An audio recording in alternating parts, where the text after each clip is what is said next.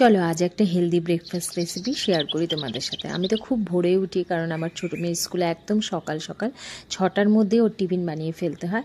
মেয়েকে স্কুলে পাঠিয়ে একটু হাঁটতে বেরোই, তারপর ফিরে এসে স্নান পুজো সেরে আবার গাছেতে একটু জল দিই। আমি কিন্তু গাছেতে চাল ডালের ধোয়া জল দিই।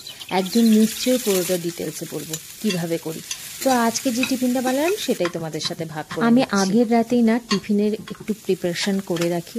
তো এখানে তাই করেছি, পেঁয়াজ ক্যাপসিকাম কেটে রেখে আলুটা বয়েল করে রেখেছিলাম, এতে সকালে সময় বাঁচে। আজ সামান্য তেলে হালকা করে পেঁয়াজ আর ক্যাপসিকাম নেড়ে নিয়ে তার মধ্যে সেদ্ধ আলু, নুন, গোলমরিচ গুঁড়ো আর কাঁচা লঙ্কা দিয়ে হালকা সাঁতলে নিলাম। বেশি ভাজিনি, কারণ আমরা খাবো বলে তেল খুব কম দিয়েছি, তবে তোমরা চাইলে একটু বেশি তেল দিতে পারো। এবার একটা ডিমকে নুন দিয়ে ফেটিয়ে হালকা করে ভেজে নিলাম। উপরে একটা পরোটা দিয়ে দিলাম।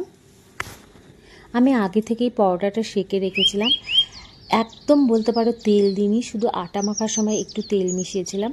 এবার সেই পরোটার উপর টমেটো কেচাপ স্প্রেড করে তার উপর আলুর মিশ্রণ, শশার কুচি, গোলমরিচ গুঁড়ো আর লেটুস পাতা দিয়ে র্যাপ করে নিলাম।